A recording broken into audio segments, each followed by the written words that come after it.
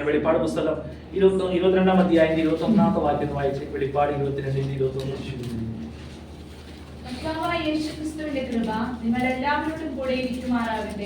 ഇത്രയും നേരം ഞങ്ങൾ പറഞ്ഞുകൊണ്ടിരുന്നത് അല്ലെ, കർത്താവായ യേശുക്രിസ്തുവിന്റെ കൃപ നിന്റെ ആത്മാവിനോട്, നിങ്ങളുടെ ആത്മാവിനോട് കൂടെ ഇരിക്കുമാറാകട്ടെ. ആമീൻ. ഇപ്പൊ പറയുന്നത് എന്താ? അവസാനം പറയുന്നത് കർത്താവായ യേശുക്രിസ്തുവിന്റെ കൃപ നിങ്ങളോട് എല്ലാവരോടും കൂടി ഇരിക്കുമാറാകട്ടെ.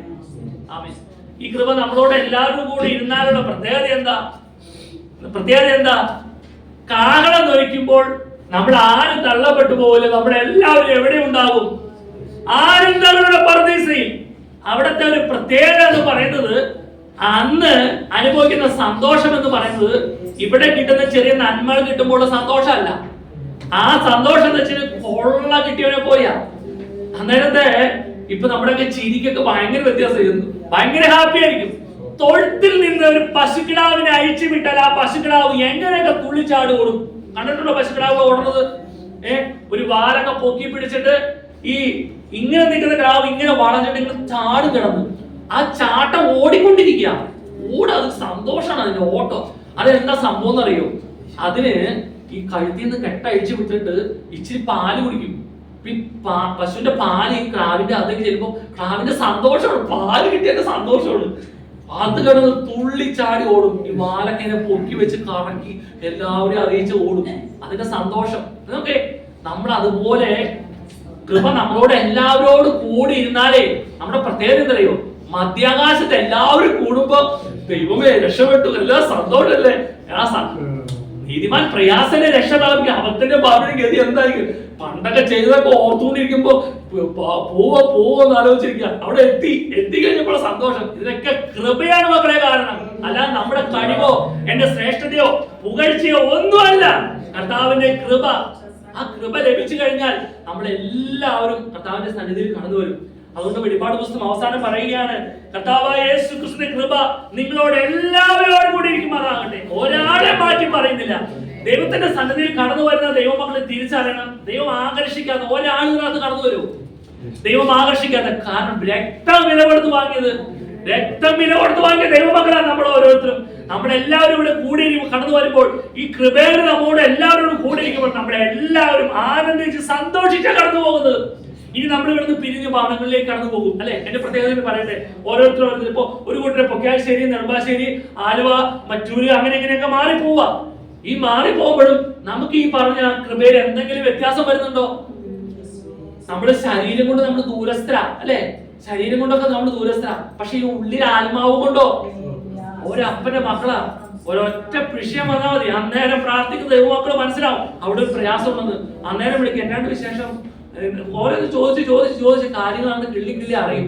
വിഷമിക്കേണ്ട, പ്രാർത്ഥിക്കാൻ ദൈവാത്മാ എന്നെ ബോധ്യപ്പെടുത്തിയിട്ടുണ്ട്, പ്രാർത്ഥിക്കാം എന്ന് പറഞ്ഞ് ഒറ്റ കെട്ടാടി നമ്മൾ പ്രാർത്ഥിക്കും അല്ലെ. ഈ ഞായറാഴ്ച പിരിഞ്ഞ് അടുത്ത ഞായറാഴ്ച ആകാൻ വേണ്ടി കൊതിക്കുന്ന എത്ര പേരുണ്ട് അടുത്ത ഞായറാഴ്ച ആവാൻ കൊതിക്കുന്നത്? അതാണ് ക്രിസ്തുവിന്റെ സ്നേഹം എന്ന് പറയുന്നത്. ദൈവമക്കളെ എല്ലാവരും ഒരുമിച്ച് കൂടി ഒന്ന് ആരാധിക്കാൻ വേണ്ടി കൊതിക്കുന്ന ഒരു ദിവസം. ആ ഒരു ആരാധന പോലും മുടക്കി കളയാതെ നമ്മളെല്ലാവരും കടന്നു വന്ന് പാട്ടുപാടി ആരാധിച്ച് സന്തോഷത്തോടെ ആമേൻ നമ്മൾ മടങ്ങി വീട്ടിലേക്ക് കടന്നു പോകുക. അത് കഴിഞ്ഞിട്ട് അടുത്ത ദിവസങ്ങളാവുമ്പോഴേക്കും എല്ലാം നമ്മൾ അതിനു വേണ്ടി പ്രാർത്ഥിക്കുക, ഒരുങ്ങി ചെയ്തിരിക്കുക. ഇവിടുന്ന് പോയിട്ട് ഇനി ആരും പ്രാർത്ഥിക്കാതിരിക്കുന്നുണ്ടോ? ഇല്ല. കാരണം ക്രിസ്തുവിന്റെ കൃപ ലഭിച്ച ദൈവമക്കൾ ദൈവത്തോട് സ്നേഹമുണ്ടാകും. ആ സ്നേഹത്തിന്റെ പ്രതി ദൈവത്തോട് പ്രാർത്ഥിക്കും. ജോലിക്ക് കടന്നു പോകുമ്പോൾ പ്രാർത്ഥിക്കില്ലേ? വീട്ടിൽ നിന്ന് ഇറങ്ങുന്നതിന് മുന്നേ പ്രാർത്ഥിക്കാതെ ഇറങ്ങരുത്. ജോലിക്ക് കടന്നു പോകുമ്പോൾ പ്രാർത്ഥിക്കും. അതുപോലെ തന്നെ ജോലി വീട്ടിൽ വരുമ്പോഴും പ്രാർത്ഥിക്കണം. എപ്പോഴും മനസ്സിൽ ദൈവത്തോട് ഒരു നന്ദി ഉണ്ടായിരിക്കണം. ഞാൻ സൗമ്യ ജോലി ഉപവാസ പ്രാർത്ഥനയോട് ബന്ധത്തിൽ അവിടെ മുന്നോട്ട് പോകുന്നത്. വൈകുന്നേരം ഒരു നേരം ഭക്ഷണം കഴിക്കും. ഞാൻ സൗമ്യ ജോലി സമയത്ത് എന്തെല്ലാം തിരക്കുണ്ടായിക്കോട്ടെ, നിന്റെ ഉള്ളിൽ സ്തോത്രം പറയുന്നതിന് തെറ്റില്ലല്ലോ. ഒരാൾക്ക് പോലും അറിയാൻ സാധിക്കില്ലല്ലോ. നീ ഉള്ളിൽ സ്തോത്രം പറഞ്ഞുകൊണ്ടിരുന്നു. സൗമ്യ ഒരു ചൊവ്വാഴ്ച ഒരു ദിവസം പ്രാർത്ഥിച്ചില്ലാതെ എനിക്ക് ഉള്ളിൽ തോന്നി അവൾ പ്രാർത്ഥിക്കുന്നില്ല. വൈകുന്നേരം വന്നപ്പോൾ തന്നെ ചോദിച്ചു, നീ ഇന്ന് അവിടെ ഉള്ളതുപോലെ പറഞ്ഞു, എനിക്ക് പ്രാർത്ഥിക്കാൻ നേരം, ഒരു ഗ്ലാസ് വെള്ളം മാത്രം കുടിക്കാൻ നേരം. അതുപോലെ തിരക്കായിരുന്നു. എന്ത് തന്നെ തിരക്കായിരുന്നാലും പ്രാർത്ഥനയോട് ഇരിക്കുന്ന ദൈവമക്കൾ സ്തോത്രം പറഞ്ഞ് സ്തുതിച്ചുകൊണ്ടിരുന്നോളൂ, പ്രാർത്ഥിച്ചുകൊണ്ടിരുന്നോളൂ. അതാ അങ്ങനെ വേണ്ടത്. അതാ ദൈവത്തോട് സ്നേഹം എന്ന് പറയുന്നത്. അതിനെല്ലാം ദൈവം പ്രതിഫലം തരും. ഈ അനുഭവിക്കുന്ന ഈ ബുദ്ധിമുട്ട് വേദന ഇതിനെല്ലാം ദൈവം പ്രതിഫലം തരും. ആമേൻ. നമ്മൾ അന്ന് ആലോചിച്ച് നോക്കിയേ, ഈ കൃപ നമ്മളോട് എല്ലാവരോടും കൂടി ഇരിക്കുക. ഇനി നമ്മൾ സ്കൂളിലൊക്കെ കടന്നു പോകുമ്പോൾ എല്ലാവരും കടന്നു പോകുമ്പോൾ ഞങ്ങൾ വേറെ സ്ഥലങ്ങളിലൊക്കെ ആയിരിക്കും, പക്ഷെ ഈ കൃപ ആയിരുന്നല്ലോ നമ്മുടെ എല്ലാവരോടും കൂടി ഇരിക്കുക. ഈ കൃപ അന്നേരം തന്നെ എന്തെങ്കിലും ഒരു വിഷയം വരുമ്പോഴേക്കും പ്രാർത്ഥിക്കുമ്പോ ലഭിച്ചേ, ആ പ്രാർത്ഥനയ്ക്ക് മറുപടി ലഭിച്ചില്ലേ? അത് കാരണം എന്താ? കൃപ നമ്മളോട് കൂടി ഇരിക്കുക. നമ്മളെല്ലാവരും ചേർന്ന്. അതുകൊണ്ട് ദാവീദ് സങ്കീർത്തനം 34 1 വാക്യം പറയുന്നത്, നാം ഒന്നിച്ച് അവന്റെ നാമത്തെ ഉയർത്തുക. ഞാൻ എവിടെ ഇരുന്ന് ആരാധിച്ചോളാം, നിങ്ങൾ വീട്ടിൽ പോകുന്ന നിങ്ങൾ വീട്ടിൽ ഞാൻ ഇവിടെ ഇരുന്ന് ആരാധിച്ചോളാം നല്ല പുള്ളി പറഞ്ഞത്. നമുക്ക് ഒന്നിച്ച് അവന്റെ നാമത്തെ ഉയർത്തുക. ദാവീദ് പറയുന്നത് എന്നിട്ട് തെളിവ് പറയാ, കർത്താവിന്റെ മുഖത്തേക്ക് നോക്കിയോളാം. ഇന്നവരെ ലജ്ജിച്ചു പോയിട്ടില്ല. ലജ്ജിച്ചു പോയിട്ടുണ്ടോ ദൈവമക്കളെ? ലജ്ജിച്ചു പോയിട്ടുണ്ടോ? കർത്താവിന്റെ മുഖത്തേക്ക് നോക്കിയിട്ട് ഇന്നവരെ നമ്മൾ ലജ്ജിച്ചു പോയിട്ടുണ്ടോ? ദാവീദ് പറയുന്ന അനുഭവത്തിൽ വിളിച്ചു പറഞ്ഞേ, അവങ്കിലേക്ക് നോക്കിയ പ്രകാശിതരായി അവരുടെ മുഖം ലജ്ജിച്ചു പോയിട്ടില്ല. നോക്കിയേ വിളിച്ചോ, നമ്മളന്ന് ആ പഴയ ഭാഗത്തിൽ നിന്ന് ഇപ്പൊ ഇത്ര ശ്രേഷ്ഠമായിട്ട് അനുഭവത്തിലെ മാറി. നമ്മൾ ആ മരം വീണ സമയത്ത് നീ വിചാരിച്ചോ ഇതുപോലൊരു വീട് കിട്ടുമെന്നും ഇങ്ങനെ സൗകര്യമായി ജീവിക്കുന്നു വിചാരിച്ചോ? അതുപോലെ ആ ഓട്ടോറിക്ഷയുടെ കേസ്, ആ ഓട്ടം ഓടാണ്ടിരിക്കാനുള്ള കാര്യങ്ങൾ, ഇതൊക്കെ മാറുമെന്ന് വിചാരിച്ചോ? എന്തെല്ലാം പ്രശ്നങ്ങളായിരുന്നു കടന്നു വന്നത്. പക്ഷെ അവിടെ എല്ലാം ദൈവം കർത്താവിന്റെ മുഖത്തേക്ക് നോക്കിയവർ ആരും ലജ്ജിച്ചു പോയില്ല. അത് തിരുവഴുത്ത് എഴുതി വെച്ചെങ്കിൽ ഇതിനെ മാറ്റി പറഞ്ഞ ആർക്ക് അവകാശമുള്ളത്? ഒരാളുടെ തൊട്ടുമുള്ള വാക്യം വായിച്ചേ, ഇത് സാക്ഷീകരിക്കുന്നവൻ അതെ ഞാൻ വേഗം വരുന്നത് നല്ല ചെയ്യുന്നു. ആമേൻ. കർത്താവായ യേശുവേ വേഗം വരണേ. അതിന്റെ തൊട്ടുമുകളിൽ എഴുതിയിരിക്കുന്ന വാക്യം ഞാൻ വായിക്കാൻ ഉദ്ദേശിച്ചത്, ഈ പ്രവചന പുസ്തകത്തിലെ വചനത്തിൽ നിന്ന് ആരെങ്കിലും വല്ലതും നീക്കിക്കളഞ്ഞാൽ ഈ പുസ്തകത്തിൽ എഴുതിയിരിക്കുന്ന ജീവവൃക്ഷത്തിലും വിശുദ്ധ നരകത്തിലും അവനുള്ള അംശം ദൈവം നീക്കിക്കളയും. അപ്പൊ ഇത് എഴുതിയിരിക്കുന്നതിൽ ആരെങ്കിലും ഒന്ന് നീക്കിക്കളഞ്ഞാൽ ഞങ്ങള് അങ്ങനെയൊന്നും പറയാൻ വ്യവസ്ഥയില്ല ദൈവമക്കളെ. നിങ്ങൾ പുറകോട്ട് ചിന്തിച്ചു നോക്കിയേ, എങ്ങനെയാ ജീവിച്ചതെന്ന് പുറകോട്ട് ചിന്തിച്ചു നോക്കിയേ. ദൈവത്തിനിടയ്ക്ക് കടന്നു വന്നിട്ട് എനിക്ക് ഇന്നലെ ഒന്നും ഗുണമില്ലാന്ന് പറയാൻ വ്യവസ്ഥയില്ല. ചിന്തിച്ചു നോക്ക് പുറകോട്ട്.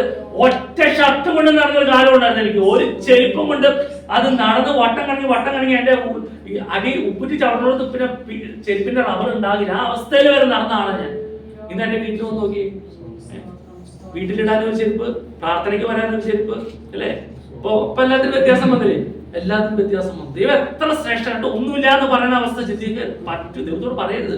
ദൈവം നമുക്ക് ആവശ്യമായത് എല്ലാം നമുക്ക് ഒരുക്കി തന്നിട്ടുണ്ട്. നിങ്ങള് നല്ല കറി നല്ല അച്ചിങ്ങ വളർത്തി ചോറിനും കൊതിച്ച സമയം ഉണ്ടോ? എനിക്ക് അച്ചിങ്ങീനൊന്നും എനിക്ക് എല്ലാ താല്പര്യമില്ല. അച്ചിങ്ങ വളർത്തി കൂട്ടി കൂർക്കക്കറി, നല്ല കൂർക്കക്കറി വളർത്തി ഇതിനകത്ത് തോന്നിയിട്ടുണ്ടോ? കൊതിച്ച സമയങ്ങളുണ്ട്. അന്ന് അമ്മച്ചി സവാള അരിഞ്ഞ് പാത്രത്തിലിട്ട് തന്നുള്ളൂ. ഉണ്ടാകില്ല, വീട്ടിലുണ്ടാകാത്ത അവസ്ഥകൾ ഉണ്ടായിരുന്നു. ഇന്ന് എന്തുമാത്രം കൂർക്ക കിടന്നു. ഇപ്പൊ കൂർക്ക വേണ്ട. അതിന് കാരണം എന്താ? കൂർക്ക ടേസ്റ്റ് ഇല്ല. ഞാൻ ഈ കൂർക്ക എടുത്ത് ഞാൻ തിരുമ്പിട്ട് മണത്ത് നോക്കും, കൂർക്കയ്ക്ക് മണമുണ്ടോ, കറി വെച്ചാലും ടേസ്റ്റ് എന്താ? ആ ഒരു അവസ്ഥയിലൊക്കെ മാറ്റം വന്നു. നോക്കിയേ, നമ്മൾ ആഗ്രഹിച്ചത് പലതും നമുക്ക് നഷ്ടപ്പെട്ടത് ഇന്ന് നമുക്ക് എത്ര തന്നെ. എന്നിട്ട് നമുക്ക് ദൈവത്തോടെ എങ്ങനെയാ നന്ദിയുള്ളേ? ഇവിടെ കിട്ടുന്ന അനുഗ്രഹം മാത്രമാണോ? നമ്മള് മറ്റേ വിശ്വാസം പറഞ്ഞ ഇവിടെ കിട്ടുന്ന അനുഗ്രഹം മാത്രമല്ല, സ്വർഗത്തിലെ അനുഗ്രഹം നമുക്ക് ലഭിച്ചില്ലേ? സ്വർഗത്തിലെ ഏറ്റവും ശ്രേഷ്ഠകരമായ അനുഭവം നമുക്ക് ലഭിച്ചില്ലേ? അങ്ങനെ ലഭിച്ചിട്ട് നമുക്ക് ദൈവത്തോട് എത്രത്തോളം നന്ദിയുണ്ട്. ഇനി മുതൽ ഹല്ലേലൂയ ആ ദൈവത്തിന്റെ ശക്തിയിൽ ആഴമായിട്ട് വർദ്ധിച്ചു വരാം. ദൈവം നമ്മെ സഹായിക്കും. ഹല്ലേലൂയ. ലാസ്റ്റ് വാച പോലെ തന്നെ കർത്താവായ യേശു ക്രിസ്തുവിന്റെ കൃപ നിങ്ങളോട് എല്ലാവരോടും കൂടി ഇരിക്കുമാറാണ്. ദൈവം സഹായിക്കട്ടെ. കീഴ്പ്പിച്ച വചനത്തിൽ നമുക്ക് കർത്താവിന്റെ കാര്യങ്ങൾ സമർപ്പിച്ച് പ്രാർത്ഥിക്കാം. നമ്മളിങ്ങനെ ഭവനങ്ങളിലേക്ക് തന്നെ കടന്നു പോവുകയാണ്. നമ്മുടെ യാത്രയിലെല്ലാം കർത്താവ് കൂടിയിരിക്കട്ടെ. ഇനി ഒരു 6 ദിവസം ആമേൻ കഴിഞ്ഞ പോകുന്നതോറും ഹല്ലേലൂയ അവിടെ എല്ലാം കർത്താവിന്റെ കൃപയിൽ വർദ്ധിച്ചു വരാം. കർത്താവ് യേശു ക്രിസ്തുവിന്റെ കൃപ മുഖാന്തരം നമുക്ക് ദൈവത്തിന്റെ സ്നേഹത്തിന്റെ ഉടമയായി തന്നിരിക്കുക. അത് മാത്രമല്ല, ദൈവത്തിന്റെ പരിശുദ്ധാത്മാവ് നമ്മെ ഹല്ലേലൂയ സകലസത്യത്തിൽ വഴി നിർത്തുന്ന പരിശുദ്ധാത്മാവിന്റെ കൂട്ടായ്മ നമ്മളോട് കൂടെയുണ്ട്. ഹല്ലേലൂയ. കേൾക്കുന്ന പ്രിയമുള്ളവരെ, ഇത് അത്രയും കാര്യം നമ്മുടെ ജീവിതത്തിലുണ്ടെങ്കിൽ ഇനി നാം ഈ ഭൂമിയിൽ ഒന്നിനെയും ഭയപ്പെടേണ്ട. വലിയനായ ദൈവം ആമേൻ നാം ശക്തനായ നമ്മളോട് കൂടെ ഇരിക്കുക. ഒരു ദുഷ്ടശക്തി നമ്മെ തൊടാൻ പോലും കഴിയില്ല.